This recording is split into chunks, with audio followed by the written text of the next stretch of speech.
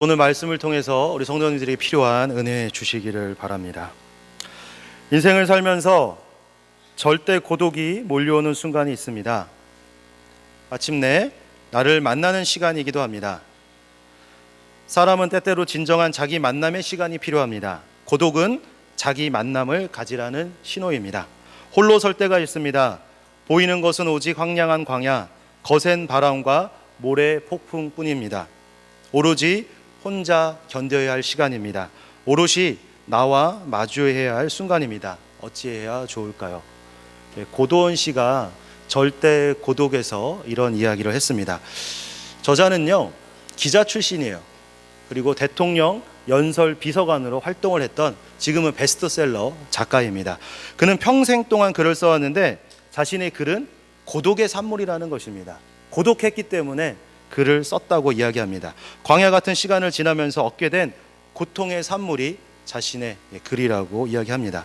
절대 고독의 시간 어떤가요?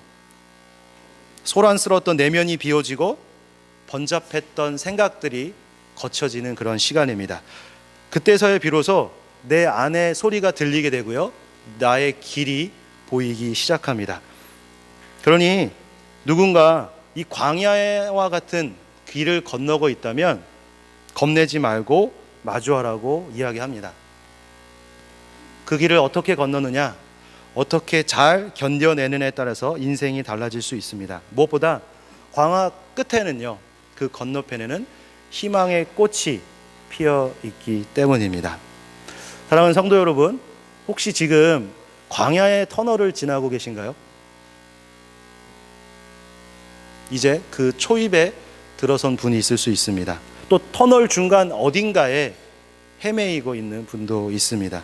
터널 속에 있을 때는요, 아무것도 보이지 않아요. 오로지 나만 바라볼 수 있습니다. 더 나아가서 터널은 인생의 주인이신 하나님을 만나야 할 때입니다. 그렇게 된다면 홀로 광야에 들어섰을지라도, 홀로 그 터널에 들어섰을지라도 하나님의 손을 붙잡고 나올 수가 있습니다. 하나님의 사람은요, 누구도 예외 없이 이 광야 체험을 했습니다. 야곱이 그랬고요, 다윗이 그랬고, 출애굽의 지도자 모세도 이 광야의 시간을 보냈습니다. 오늘 본문은 하나님께서 이 모세를 부르시는 장면이에요. 모세는 이 미디안 광야에서 양을 친 지 40년이 지났습니다. 어느새 이 목자의 생활에 익숙해졌어요. 그곳에서 거센 바람과 모래 폭풍을 견디면서 자기의 만남의 시간을 충분히 가졌습니다.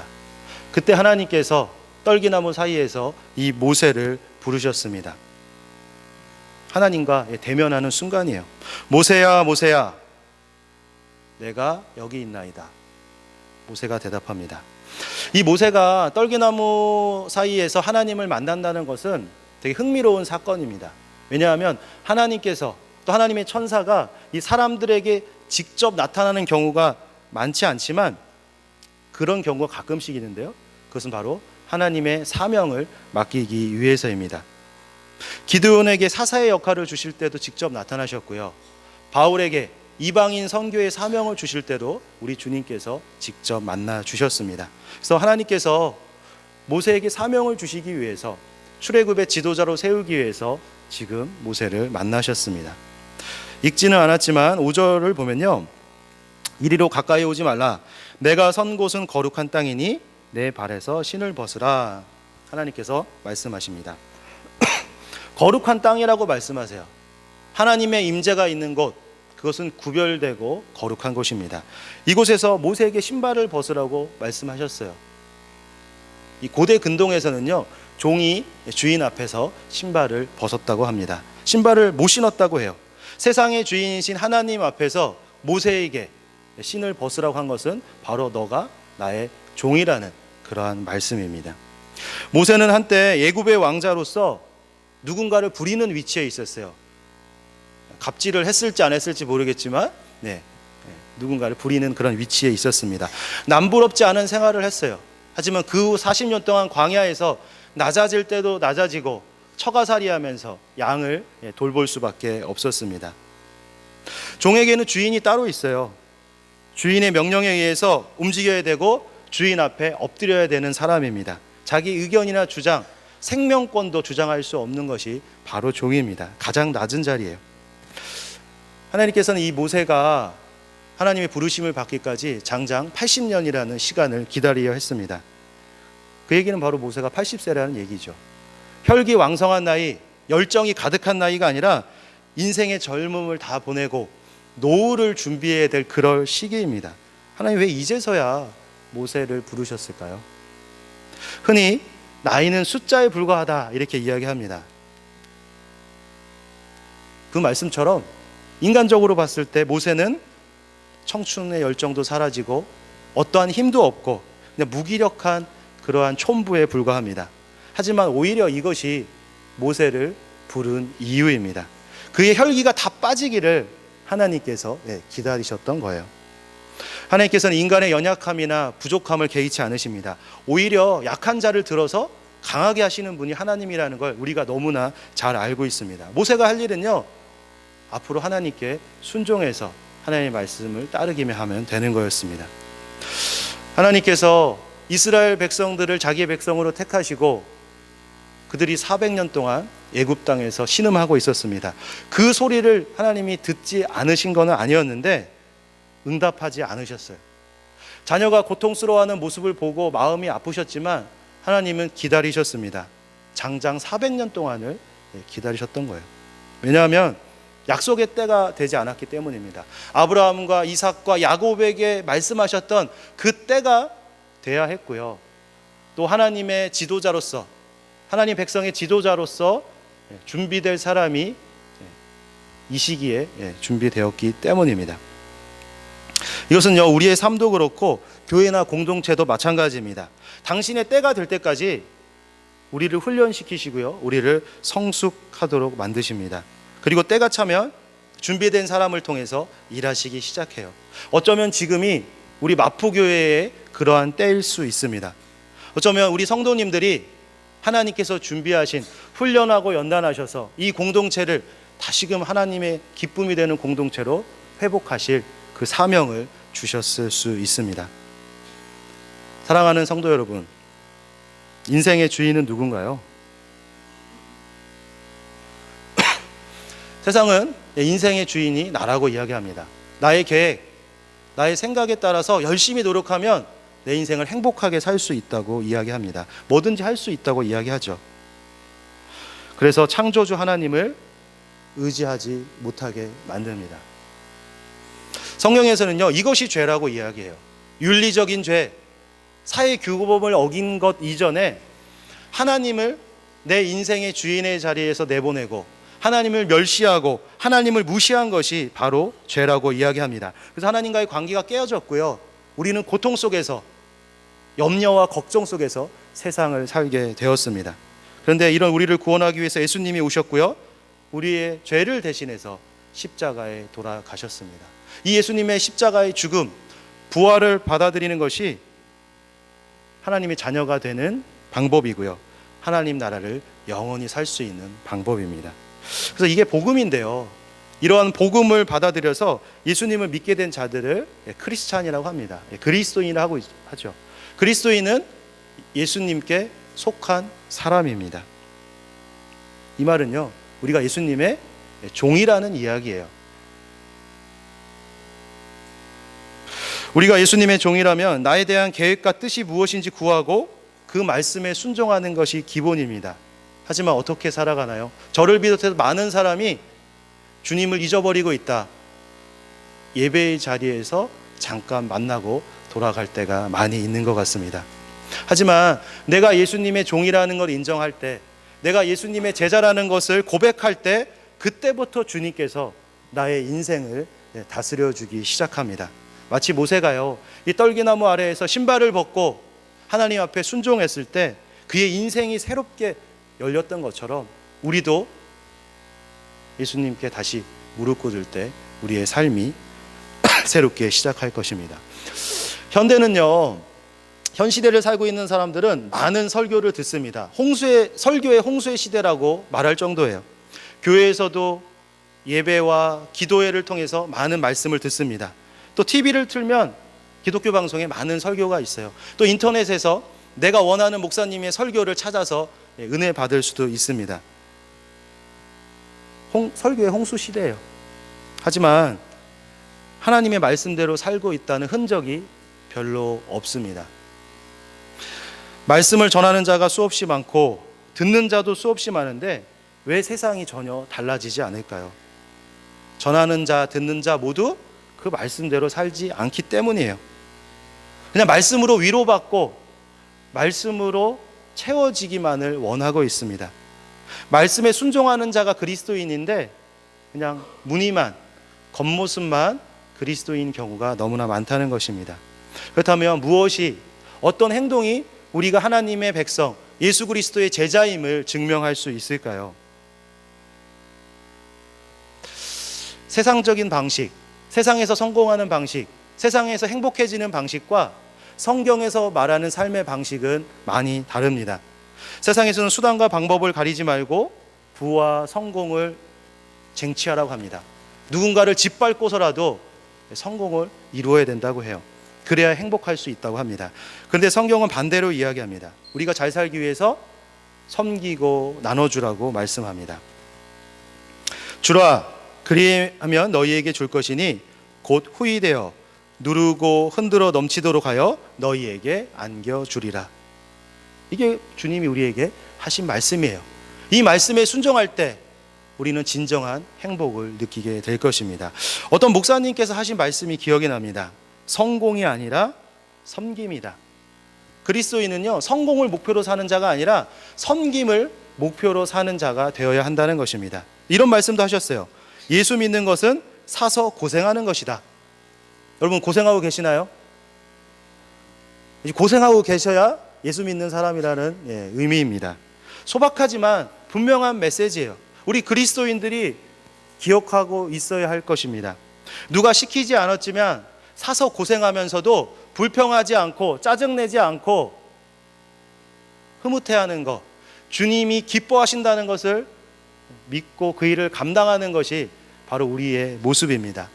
이렇게 성가대로 섬기면서 힘들 때 있죠. 4시간 많이 써야 됩니다. 근데 불평하지 않고 감사하는 거예요. 나를 하나님을 찬양할 수 있는 자리에 세워줬다는 것을 감사하는 모습. 또 교사로, 또 봉사자로 식당에서 드러나지 않게 일하지만 불평하고 화내지 않는 것, 보람을 느끼고 주님이 기뻐하신다는 그 흐뭇함을 가지고 살아가는 것, 그것이 바로 그리스도인의 참 모습입니다. 이런 경험을 하게 되면요, 예수님의 마음과 우리 마음이 연결될 수가 있습니다. 오늘 9절과 10절 말씀을 다시 한번 읽어보도록 하겠습니다. 9절과 10절입니다. 이제 가라, 이스라엘 자손의 부르짖음이 내게 달하고 애굽 사람이 그를 괴롭히는 학대도 내가 보았으니 이제가 너를 바로에게 보내어 너에게 내 백성 이스라엘 자손을 애굽에서 인도하여 내게 하리라. 하나님께서요, 이 히브리인들의 그 상태 너무나 잘 알고 계셨고 마지막으로 확인하셨습니다. 그리고 모세가 해야 될 일을 말씀하셨어요. 모세는 앞으로 하나님의 심부름꾼이 되어서 바로에게 나아가야 합니다. 그런데요, 이 하나님의 명령이 떨어지자 무섭게 모세가 불평하는 모습이 나타납니다. 11절 보면 어떻게 되어 있나요? 같이 한번 읽어보겠습니다. 시작.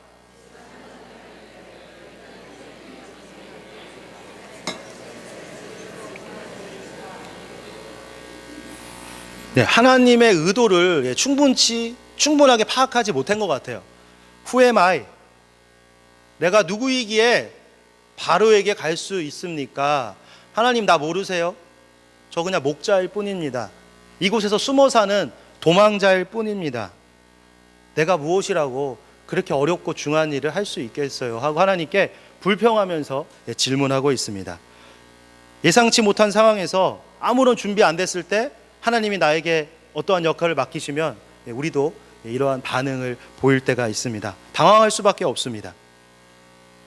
모세가 내가 누구이기에 이렇게 물어본 것은 적합한 사람이 나는 아닙니다 하는 뜻입니다.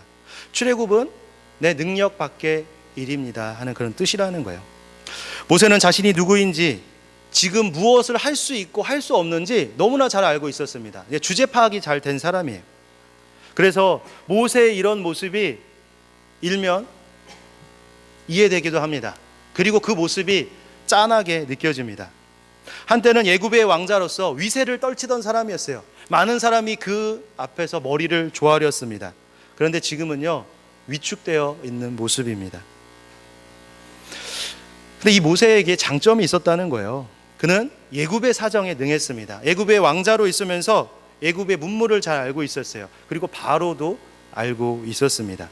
그리고 앞으로 가나안 땅에 들어가기 위해서, 약속의 땅에 들어가기 위해서 이 광야의 시간이 필요한데 광야를 누구보다도 잘 아는 그런 장점이 있었습니다. 그런데 약점도 있었어요. 혈기가 왕성했습니다. 정의감에 불타서 애굽 사람을 쳐 죽인 사건이 있었습니다. 이 일로 인해서요, 지금 광야로 도망와서 길고 긴 터널의 시간을 보내고 있었습니다. 게다가요, 다른 사람도 아니고 같은 히브리인이 그 살인한 것을 들춰냈습니다. 그러니까 동족에게도 외면을 받았던 그런 아픔이 있는 사람이 바로 모세입니다. 앞으로 모세가 상대할 사람이 누군가요? 살인죄로 자신을 응징할 수 있는 그런 바로입니다. 또 자기를 외면했던 동족들을 설득하고 그들을 데리고 나와야 합니다. 어느 한쪽도 만만치 않은 상황이에요. 우리가 이런 상황에 처할 때가 너무나 많다는 것입니다. 하나님께서 어떤 마음을 주셨는데 상황은 녹록치가 않아요. 실패할 것 같은 생각이 들 때가 있습니다. 왜 하필이면 나예요? 왜 하필이면 나에게 그 일을 맡기십니까? 하고 불평하고 있습니다. 하나님께 뭐라고 말씀하시나요? 내가 반드시 너와 함께 있으리라. 동행하시겠다고 합니다. 지금은 아무런 능력도 없고 시골의 촌부에 불과하지만 전능하신 하나님께서 그 모세의 손을 잡겠다고 하셨어요. 그러면 게임 끝이죠. 하나님이 함께 하겠다면 능치 못할 일이 없습니다. 하나님께서 사람을 쓰시는 방법은 잘 놀랍습니다. 충분히 준비된 사람, 온전한 사람을 쓰시는 경우보다는요, 연약하고 부족한 사람을 쓰실 때가 많습니다. 이스라엘의 사사였던 기드온 어땠나요? 하나님의 부르심, 그 압제, 백성들을 살려야 된다고 부르셨을 때 이렇게 이야기했습니다. 주여, 내가 무엇으로 이스라엘을 구원하리이까? 보소서, 나의 집은 므낫세 중에 극히 약하고 나는 내 아버지 집에서 가장 작은 자니이다. 보잘것없는 사람이라는 고백이에요. 자신에 대해서도 너무 잘 알고 있었습니다. 근데 이런 기드온에게도요, 동일한 약속이 주어졌다는 거예요. 내가 너와 함께하리라. 내가 너를 사용할 것이다. 모세처럼 만들겠다는 그런 약속을 주셨습니다. 이처럼요, 하나님의 부르심을 받은 사람, 하나님의 쓰임 받은 사람들은요, 스스로 내가 준비되지 못한 사람, 연약한 사람임을 고백할 때가 많습니다. 겸손함을 볼 수 있는 대목이지만 실제로 그런 사람들을 하나님이 많이 부르셨다는 거예요. 그러니까 우리에게도 하나님의 사람으로 사용될 기회가 많다는 그런 이야기가 될 것입니다. 최적의 상태가 아니라 부족한 그 순간에 하나님께서 부르십니다. 사랑하는 성도 여러분, 하나님의 일은요, 특별한 자격을 갖춘 사람만이 하는 것이 아닙니다. 현재의 모습은 부족하지만 그럼에도 불구하고 하나님께 순종했을 때 그 사람을 사용하세요. 정확히 말하면 연약하기 때문에 사용하는 거예요. 연약하지만 하나님께 순종할 수 있는 그 믿음을 보시고 하나님만 붙들고 나아갈 수 있는 그 겸손함을 보시고 하나님이 역사하시는 것입니다. 그래서 많은 사람들이, 그리스도인들이 그런 고백을 합니다. 어떤 일을 이루고 나서 내가 한 것이 아닙니다. 하나님께서 나를 통해서 하신 일입니다 하고 고백하죠. 정말이죠. 우리가 누구이고 얼마나 능력이 있는가는 2차적인 것입니다. 하나님의 계획과 의지가 중요합니다. 말씀하시는 하나님이 나를 통해서 이루실 것이기 때문입니다. 내가 누구이기에 라고 이 자신의 정체성에 대해서 질문했던 이 모세의 삶은요, 3기로 구분할 수가 있습니다. 120년을 살았는데요, 자기 인식에 따라서 세 부분으로 나눌 수 있다는 거예요. 40년씩 나눌 수가 있습니다. 처음 40년은 애굽 왕자로서의 삶입니다. 두 번째 40년은 광야에서 목자로서의 삶이에요. 마지막 40년은 출애굽의 지도자로서의 삶입니다. 그래서 그 유명한 무디 목사님께서 이 모세의 삶을 3기로 구분해서 이런 말씀을 하셨어요. 유명한 말씀이라 한번 좀 들어보셨을 수도 있을 것 같습니다. 모세는 처음 40년 동안에 자신이 대단한 사람이라고 생각하며 살았다. 썸씽이었습니다. 그리고 그 다음 40년 동안에는 자신이 아무것도 아니라는 것을 알게 되었다. 낫싱이 된 것입니다. 그리고 마지막 40년에는 아무것도 아닌 자를 하나님이 들어쓰시면 권능자가 될 수 있음을 알게 되었습니다. 에브리싱이 된 것입니다. 즉 모세는요, 애굽에서 왕자로 있을 때 자신을 대단한 사람이라고 생각했었어요. 내가 무엇이든지 할 수 있다고 생각했습니다. 그런데 광야에서 40년 동안 목자로 있을 때 자신은요, 양치는 것 빼고는 아무것도 할 수 없는 사람이라고 생각했습니다. 썸씽에서 낫싱으로 변화된 것입니다. 그리고 마지막 인생의 절정기에는요, 하나님이 함께 하신다면 모든 것을 할 수 있다는 그런 믿음을 갖게 되었습니다. 우리도 마찬가지예요. 우리를 질그릇이라고 이야기합니다. 흙으로 지은 그릇이에요. 하지만 우리 안에는 보배이신 예수 그리스도가 담겨 있습니다. 예수님을 따라가는 것은 먼저 내가 질그릇임을 인식하는 데 있습니다. 이것을 깨닫고 나면요, 낫싱에서 에브리싱으로 바뀔 수가 있습니다. 우리는 아무것도 아니지만 예수님이 함께 하시면 생명력 있는, 영혼을 살리고 하나님 나라를 세워가는 유능한 일꾼이 될 수 있습니다. 그래서 능력의 원천은요, 우리에게 있느냐가 아니에요. 질그릇이 아니라 그것에 무엇이 담기느냐에 있습니다. 모세는 지극히 평범한 사람이었고요, 결함이 있었습니다. 그러나 하나님만 의지했을 때 출애굽의 역사를 이룰 수가 있었습니다. 성도 여러분, 나는 누군가요? 자신이 누구인지를 아는 것이 중요합니다. 그리고 내 삶에 어떠한 목적이 있고 그 길을 어떻게 가야 되는지 발견하는 것이 중요합니다. 하지만 인생을 살다 보면 어떤가요? 목적을 잃어버릴 때도 있고 길을 잃어버릴 때도 있습니다. 길을 잃은 사람들에게는 두 종류가 있습니다. 처음부터 길을 잘못 들은 사람이 있어요. 도중에 길에서 이탈한 경우도 있습니다. 근데 순례의 여정을 걷고 있는 우리들도 마찬가지입니다. 처음부터 성경이 가리키는 길을 따라가지 않고 다른 사람들 보고 잘못된 길로 무작정 내닫는 경우가 있습니다. 처음에는 제대로 떠났지만 내가 인생의 주인이 되어서 그 길을 이탈한 그런 경우도 있을 것입니다. 얼마나 많은 사람이 이 믿음의 길에서 떠났을까요? 얼마나 많은 사람들이 길을 잃어버린지도 모르고 계속 신앙생활을 하고 있을까요? 우리 성도님들은 지금 어떤 상황이 있나요? 길을 제대로 가고 계신가요? 예수님을 제대로 따라가고 계신가요? 아니면 예수님이 아니라 세상의 것들, 아니면 내가 계획한 그 길을 걸어가고 계신가요? 혹시 길을 잃어버리신 적이 있다면 잘 아실 거예요. 요즘에는 내비가 있어서 내비게이션을 통해서 길을 찾을 수 있지만 길을 잃어버리면 어떻게 해야 되나요? 가장 좋은 방법은 시작했던 그 자리로 오는 거예요. 시작했던 그 자리에서 다시금 출발하면 올바른 길로 갈 수 있습니다. 우리가 신앙의 여정 가운데 이 믿음의 길에서 길을 잃었을 때 어떻게 해야 되나요? 우리의 믿음의 시작인 말씀으로 돌아가야 합니다. 하나님의 말씀이 마음판에 새겨질 때까지, 하나님의 말씀이 내 인생의 나침판의 역할을 할 때까지 그 말씀을 읽고 묵상하고 계속 가까이 해야 할 것입니다.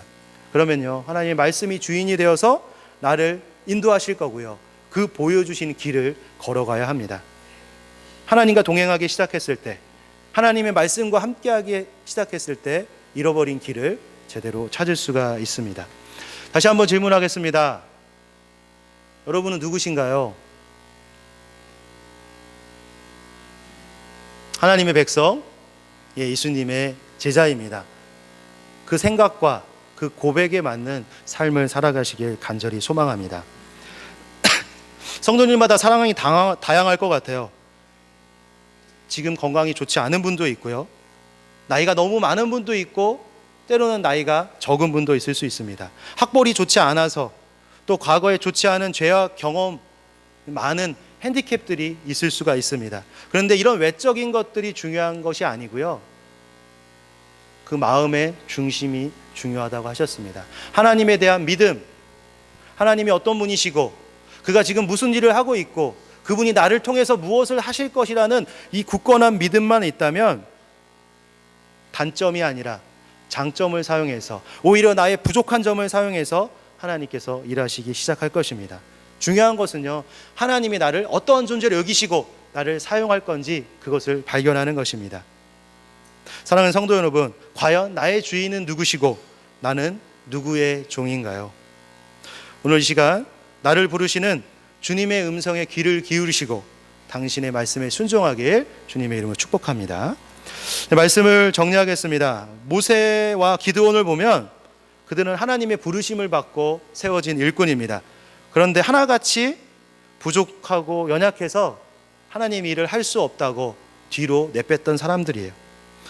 그런데 하나님의 계획은 그 부족한 자와 연약한 자를 쓰시고자 하셨습니다.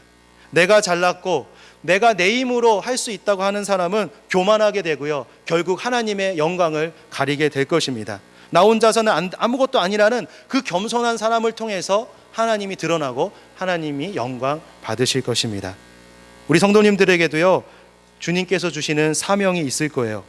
가정과 직장에서, 이 교회에서, 공동체에서, 어떤 모임에서 나를 사용하기 하고자 하는 그런 계획이 있습니다. 하나님이 우리를 이 자리에 부르셨을 때는요, 천국 가라고, 천국 티켓을 주기 위해서 부르신 것만은 아닙니다. 나 복 받으라고, 잘 살라고 그렇게 부르신 것은 아니에요. 내가 잘 살고 내가 복 받아서 축복의 통로가 되고 하나님을 전하는, 복음을 전하는 그런 자로 부르셨다는 것입니다. 근데 복음을 전할 때 어떻게 전하나요? 내가 편안하면 복음을 전할 수가 없어요. 내가 힘들고 내가 고통스럽고 그거를 참을 때 우리를 통해서 복음이 전해지게 되어 있습니다.